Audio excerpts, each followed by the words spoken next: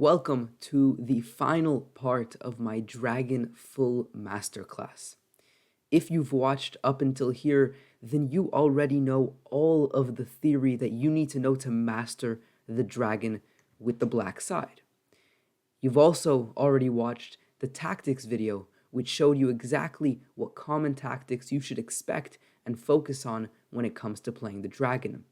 And now we are going to put everything we learned together, all of the tactics and all of the theories, and we're going to look at a number of really illustrative model games that will show us exactly how the top players have played with the dragon. So let's jump into the first game, and as we do, I do want to mention that I tried to cover all of the major responses. So I've had videos and chapters dedicated to all of these major responses: G3, the classical, the two types of Yugoslav attacks, and of course F4.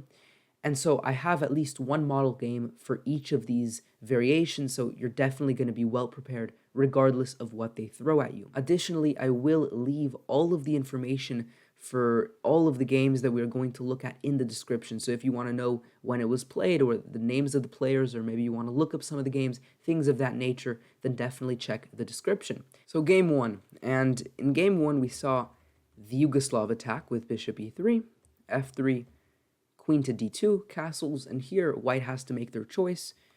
I remind you, bishop c4 is the alternative to castles, which is what was played in the game. Now here d5 is the move, which I recommended in my video and the one played. And in this position, there's a variety of options white can go for. In the game, queen to e1 was played. I cover all of these in the theory-based videos, and against queen e1, I recommend d5, which is what was played. Now, the knight takes, pawn takes, and here knight takes was played. I also explained in the video about this chapter why you can't take with the pawn. It's a little too greedy, and after bishop g5, you're going to be paying a fine where these pawns are most likely going to fall. And so, for that reason, knight takes is played.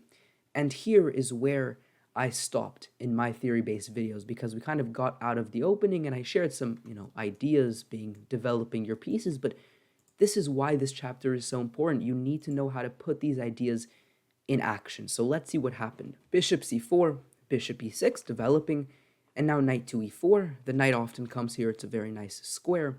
And now queen to c7, simply developing, knight to g5, and already this is why you really need to be looking for tactics and just all of the tension in the position. I mean, the knight is attacking the bishop's looking at the other bishop, and also vice versa. There's tension here, and the bishop can open up. I mean, there's all these things going on, so you really have to calculate, and this is where experience and watching these games will help you. And here, there's this brilliant blow, knight takes e3, and everything is falling. The bishop's attacked, the rook is attacked. In the game, the move knight takes e6 was tried. Of course, if you play queen takes e3, you lose your bishop. If you play bishop takes e6, then you lose your rook, and these are not so meaningful. We can simply give up the exchange, and if they play something like this, then e4 will definitely serve us well, opening up the bishop. No need for further calculation.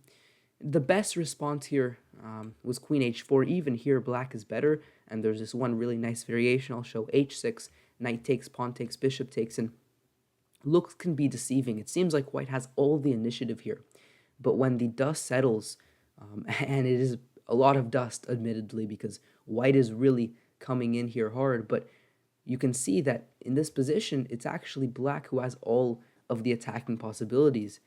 This is totally safe, and now the knight and queen are just going to absolutely destroy the position. If you try to defend the pawn, for example, with rook g1, then knight f5 comes, the queen is attacked, later the pawn will push, and there's going to be pressure here. If you instead play the best move, which is king b1, that's not so much better. We can take. We can then bring our knight into the action, and here give this check. There's further things we can calculate, like king c1, for example, here, which would lose to queen to f2. And there's other variations as well, but for the most part, this is really, really solid to play.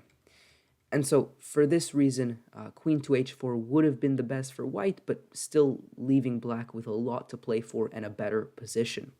And so instead of that, though, the move knight takes c6 was played, which is another massive blunder. These are grandmasters, folks, and so these are really difficult positions even for the best to play. And you can see here white simply fell under the pressure. Queen to b6, brilliancy, not even taking the knight, not taking the rook. Of course, the queen was hanging. Instead, moving the queen very quietly, keeping everything under attack, and also trying to set up some attack on b2. The knight took the rook, knight takes on c4. This is something really thematic. The knight being here is really strong. We already saw it in a few variations. It attacks b2, also looks at this square, and if you can get a situation where the knight is defended, then it's really good, maybe even with a bishop, even if it's not defended, though, it's still a very powerful piece. And so this is a really beautiful square for a kingside attack for the knight. Queen to a6, rook to f8. Here, black is already just much better. This was a very nice variation as well. e4 and then e3.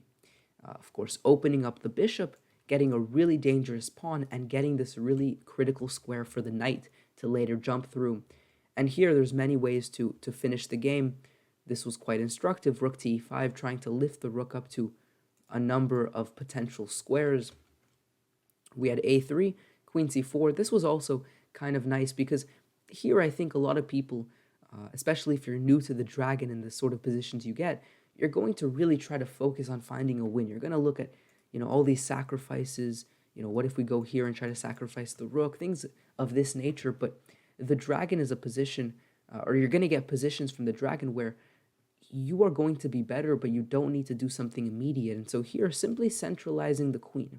Is there a direct threat? Perhaps not, but you're just making your piece better, more centralized, maybe taking control of this square, this square. You're playing in a positional manner in a game, which I think a lot of people would really try to go for tactics. And so you can always slow it down in the dragon because look at this. They have zero counterplay whatsoever. Their pieces are absolutely passive. We had h3 here. In this position, they resigned, but I want to show you one nice variation if they kept playing. The reason this is so crushing, so let's say they just waste a few moves, h3, h4, we get our pieces more active, and eventually we can strike. And this is the key. The rook has to move, and now after check, and knight takes, and then rook to d1. This is obviously over. So not anything too crazy. If you memorized and learned the theory I showed you, you would have already gone to here. And then it's just a matter of developing, looking for these tactics of taking things and then getting your pieces onto good squares, for example, the knight, the queen, and later this maneuver, getting the bishop as well.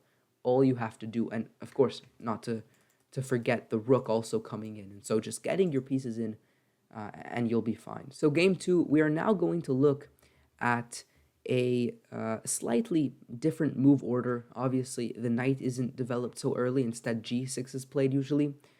But you can see that after g3, we get the same sort of position that we would if we followed the theory that I showed, where essentially they're just going for the fianchetto variation. We play g6. Now here, after g7, castles, we fully transpose.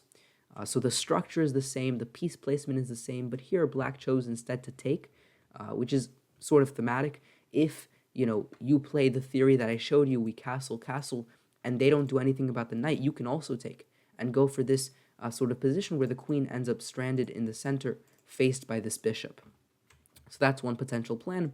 Castles. Now the queen went to b4, and I really liked the way that black here went and played this position. Black, by the way, being Kramnik. So first expanded with eventually a4.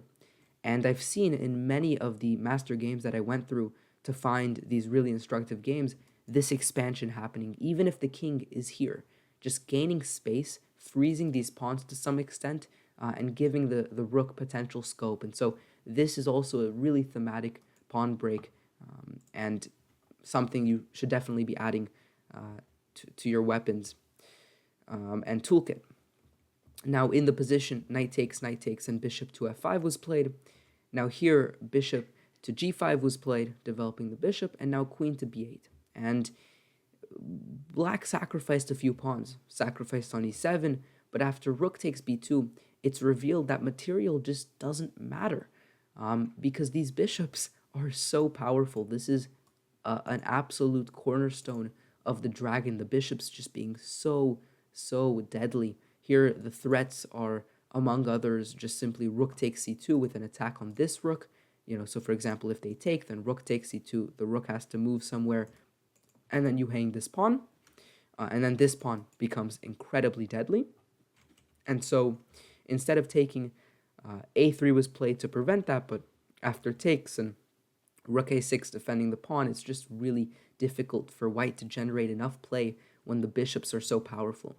So black went white went to try to trade black's bishops, which they did, but the position is already too crushing. You do, of course, have to worry a little bit about some back rank mates. For example, if you take here, then after bishop f6, it's actually you who is suddenly losing. So always be careful of your bishop leaving this post here and leaving these squares really empty, especially when the opposing side has a bishop that can occupy those squares. But rook to c1, rook takes, bishop f6, and now after rook a8, I mean, the game was very soon finished. And in this position, after a2, white finally resigned. But just to show you why they resigned, again, I like to offer this analysis. Of course, this position is over. Black sweeps up all the pawns and has a very pleasant choice on which pawn to promote. Game 3, we now have the Levenfish system with f4. This got its own dedicated chapter because it looks really scary, but here black showed exactly how you disarm this opening. Now, white went for a very tactical variation, which I showed, of course, in the theory-based video. Here I presented two options, queen to f6, or the move I mostly recommended and the move played, which is knight to f6, where you keep these two pawns with the queen in the center and aim to advance, which is exactly what happened here. And you can see after bishop e7, castles, slowly but surely the pawn started to move and roll up the board. Bishop e6, just moving the pieces really nicely. You can see the knight is nice here, the bishop is nice, and at some point putting the bishop here is really thematic as well, where you kind of re-put it in the fianchetto location. Also, c5 is something that potentially could be an idea in the future. We had f5 here, bishop takes, and now bishop h6, essentially freeing up this bishop, trying to quickly take advantage of the emptiness before the bishop could come in. But of course here the bishop already can come in, and after the queen moves, rook e8, saving the rook, and already black is just in total domination and has total control over the position. You can see all of the three minor pieces are incredible. The bishops have clear potential and targets, and the knight here just super strong in the center where it's guarding over everything. Of course, the rook's not necessarily in the ideal location. This one's relatively good. Maybe this one could be fixed with rook b8 at some point, but nonetheless, black is just totally dominating, and now the knight comes in as well. Now here, bishop d3 was played. Now knight takes a2 was played, which is obviously good. There was a slightly better improvement, knight takes a4, where if you take with the pawn, then after rook b8, it's all game over because of check, and mate. If you take with the queen, trying to take the queens off the board, of course, don't trade. This is also quite instructive. Very often, you're going to see your opponent try and practically beg for a trade of queens because the pressure is overwhelming. And it might seem, here you have a very nice square for the queen, but it might seem in some cases like you have to retreat the queen or take. Retreat the queen. It's all okay. You're going to then reroute the queen in some ways. Your pieces are still really strong. Here, maybe you have to worry specifically about this sort of position opening up.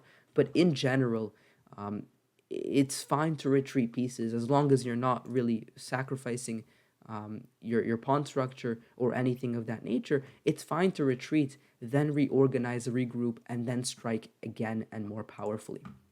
So don't be scared to do so. But here, queen c3, and it's game over. I mean, everything is going to fall. Namely, the bishop is under attack. There's checks coming. The bishop can come, and the rook is cutting as well here. So those are the key details that will make the position winning. Knight takes a2 was played, as I said, nonetheless really powerful. This was a beautiful idea as well. If bishop takes, then of course you lose the queen, so the rook is untouchable. The queen moved, but after bishop e7, rook to c8, sacrificing material, but now truly every piece is doing something. It just has a presence in the position, and indeed rook takes a4 seals the deal with knight takes e2. Here, resignation.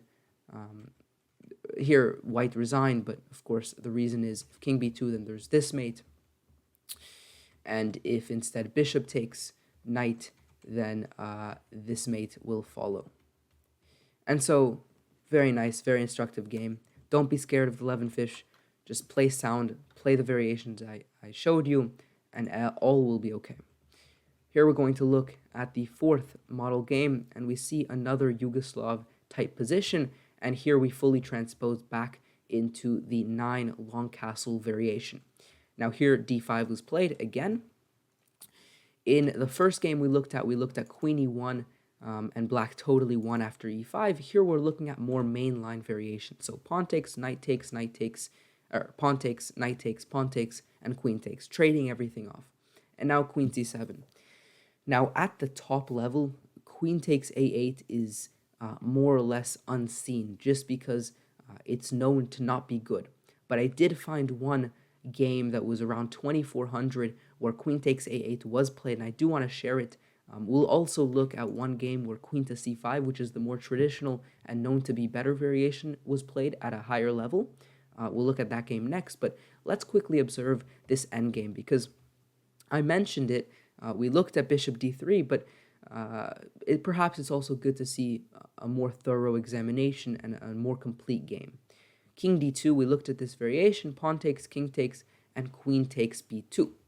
Now the king tried to run, king to e2, and f5, simply grabbing space. Rook to d2, and queen takes a2. Now rook to c1, trying to over-defend the pawn, and queen to c4, and king to f2. Now, the reason specifically I like this game here is because it shows a really important idea, one that I also kind of talked about in the first game. You might get to a position, such as this one here, where you say, okay, I told you that this position is good for black. I told you this endgame was good, but why? I mean, the pieces are basically optimized. The king is going to run to safety after any checks. White is maybe not the most active, but he's holding everything together and everything seems to be fine. But this is where you look for different sources of play. And here a lot of people would struggle to find the right idea. But, well, look at this pawn. You totally just took over this queen side, and now you just push the pawn and you're just going to make another queen. When in doubt, push a passed pawn. Or more generally, just if you can't find a forcing continuation, look for different sources of play, and don't be scared to play a more slow game. You don't have to checkmate them in 5 moves. You're always going to have this imbalance, which is going to benefit you if the queen stays so active and so centralized. And of course, this bishop is really powerful, always putting an eye on this pawn and this diagonal, which could become critical. So generally speaking, that is something to note. Now here, black totally just dominated. Here, white resigned actually, but just to explain why, of course, if rook to here, then queen check. If king f1, you lose the rook immediately. If king to d1, now after this check, you're also losing the other rook, and it's resignable. So the endgame, definitely nothing to worry about. You just stay active, look for sources of play, and sometimes that means pushing your pawn. Game number 5, we look at the Yugoslav attack, basically the same position that we just saw, only here, queen to c5 was played instead. This is a grandmaster level game, and as I shared previously, taking is less common at the grandmaster level because it's known to lead to positions like we just saw. So queen to c5 is more common. Queen b7, this is what I shared, and now c3, trying to shut the bishop off. Here, bishop to f5, taking advantage of the newly weakened diagonal, and queen to a3. Of course, we looked at this sort of positioning of the queen in the theory-based chapter. And now rook to b8, getting the rook more active. And after the queen is kicked away, we see a major property of these sort of positions. Every piece doing something, every piece in the action. This rook is super passive. This rook, super passive. These bishops look relatively nice, but they're not doing anything too specific. This one maybe trying to oppose this other one. And the queen, of course, really passive as well. If we look here, the bishop, this is a clearly critical diagonal. The two rooks on the best files in the position, and this bishop slicing the king. Of course, that's why the bishop was moved here, and the queen is also good. This is the positions that you typically get. So even if you're down material, even if your pawn structure takes a hit, it's all good because your activity just supersedes all of those negative properties of the position. Now here, bishop f8, very thematic. The bishop rerouting in some way, f8 here, to kick the queen, take control of this nice diagonal. Now rook to b8, again attacking the queen. f4, you can see how energetically we are playing. Attack the queen, attack the queen, attack the bishop. We have the initiative. And again, attack the pawn. And now attack the queen, attack the pawn again. And here, centralize the queen, creating all sorts of threats. For example, if a random move is played, then after a5, everything begins to fall. So here, queen to d2 was tried to hold this diagonal a bit more strongly. King to g7, simply a waiting move again, showing that you don't need to checkmate immediately. This tension, this pressure is long-lasting. Now here, bishop takes ended the game immediately, and it's quite surprising that this wasn't seen in the game. This would have just been checkmate, more or less. Instead, rook takes was played, which is still winning, but it would have been much faster and much more effective to take with the bishop. But now rook b2, and this endgame, which is not something that you should even go for here. Much better is rook a4, keeping the pressure, and then going for a similar checkmate. Never simplify the position, never trade pieces if you're so dominating. So I think here, black did kind of let off the gas a little, take off the initiative to some extent, but it's still very fine. I mean, all of the pieces are more active. Just look at these rooks, so stupid. This bishop, very silly as well, while these pieces are much more active. So again, for a fourth time or something like that, you don't need to checkmate immediately. You can play these slower endgame sort of positions where you're just maneuvering your pieces and slowly outbeating your opponent. Here, black resigned because, of course, the pieces are just totally destroying here. Moving on to the next game, we now have the Yugoslav attack with bishop c4. This is the other variation they had. We looked at 3 games with castles. Now we'll look at this one with bishop to c4. Knight takes, and bishop to e6 was played. This is what I recommended. Bishop e3, queen a5. This is what I recommended. And now rook to c8. Which is a little strange, admittedly. I think maybe move this rook, maybe start pushing things like that. Consider taking at some point, because the issue really is that this rook often gets this file, and if you go rook here, at some point they can consider to take, and then you really wanted your rook here instead. So maybe it was better to move the other rook and try to keep this rook as active as can be. Just a small potential improvement, although it's nothing major, and you can see here the attack totally paid off in this position. Rook to b8. Now, this was a very interesting game. It was a game that Hikaru Nakamura had the black pieces, and both players played really nicely. You can see that black has most of the initiative. In fact, all of the pieces have been sort of dragged over to this side of the board, meaning that the attack on the king is now solely pawns. And this is also something that can happen where your attack comes faster and black or white has to resort to moving their forces over to the queen side. We have a trade of pieces, h5, g5, and now knight to d7. Now, unfortunately, Hikaru ended up going for a repetition here. And you can see the repetition right here where they repeated moves. With knight to f3, queen to c3, knight to e5, and now threefold repetition, draw. This I don't think was most accurate, because if we look at the position, pawn structure is worse for white, and white has many potential targets. If this pawn hangs, and this one is also weak, so both of these, and then these pawns run. The one trump that white has is the fact that these pawns could potentially make a passed pawn here, but black's play is at the very least much more natural, and I think also just better and more fast, because these pawns, you have to move the knight, then you have to slowly start rolling. These pawns really fall quickly. So I think Hikaru Nakamura could have tried to play on. The engine shows that if queen to b6 was played, then white actually is a little bit out of moves here. Their best option is knight to d5, but even here, black has a nice advantage after queen to c6. And, you know, for example, knight takes c7, queen takes, knight takes, you're down a pawn, but guess what? Your knight is just so much better here. You're going to win back the material, and then these pawns are going to be unstoppable. Alternatively, after queen to c6, if queen to b8, trying to keep pieces, then queen d7, and now the queen centralizes, eventually going to target these pawns. This pawn again becomes weak. You can imagine some maneuver in some cases. So I think black could have tried to push.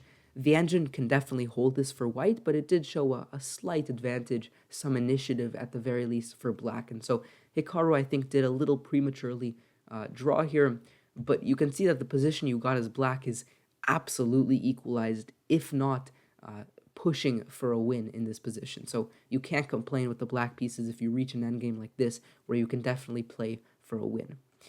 Now, the final position that we have is going to be looking at the classical. I wanted to mention a game from this one because it is, of course, the classical. Not so common. It's not so good, frankly, but it is an option that they have and something you might see. Black is simply developing here, a6, and now b5. We see this expansion that I talked about earlier when the moves a5, a4 were played. This expansion is really thematic in these sort of positions.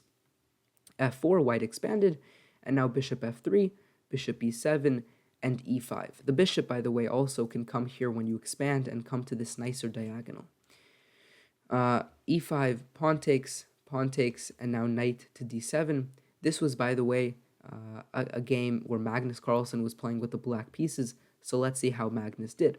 We had e6, pawn takes, bishop g4, white tried to gain some activity, rook takes, queen takes, and knight to e5. And you can see the attack on this king is more or less inevitable. These pieces are really nicely placed, and the bishop is a real superhero. We have pawn takes, king to h8, and now queen to c7, getting out of the pin. Queen to f4, rook to f8, and one of the reasons I really liked this sort of position and this game in general is because of the tactics that are about to come. I do quickly want to show you that rook takes c7 was possible, but after queen to c6, rook takes, and rook takes, this is more or less fine for black. There's still some things you have to calculate, you know, some checks and things like that, but this definitely is okay for black. So instead, queen to g3 was played, but here come the tactics. Knight to h5, attacking the queen, and now bishop takes g2. Best engine move. Magnus doesn't miss these ones. Now king takes, and knight to f3. Getting the knight into the action. h4 is a vulnerable square now. And in fact, knight to h4 here would simply have won more or less immediately. King to g1, after queen to e5, everything is falling. Everything is just really loose and weak here. And after something like bishop f2, we have queen to g5, and queen takes knight because of the pin. If king to h3 instead, then check, check, and mate because of the pin again. So this would have just sealed the deal immediately. Instead, Magnus played knight to f4, which admittedly is kind of an inaccuracy, if not even a blunder, and I hesitate to say that to a move that Magnus plays, but that's the truth. And here, another strange move, knight d4. Now here, white actually resigned because the pressure seems too just intolerable. There was one try, knight d7. The engine actually showed this as fine for white, but after king to g2. But even here, I mean, the king is just so unsafe, and you have to find so many top moves. It's impractical. Better, though, instead of knight d4 was knight takes h2, and then knight takes e6, and then knight check again, and knight takes f8. Again here, white is surviving, but they had to find all of those only moves. If they played any other variation, it's over. And even here, I mean, black clearly has some absolute initiative and undeniable attacks. So that's more or less the end of the video and the end of the masterclass.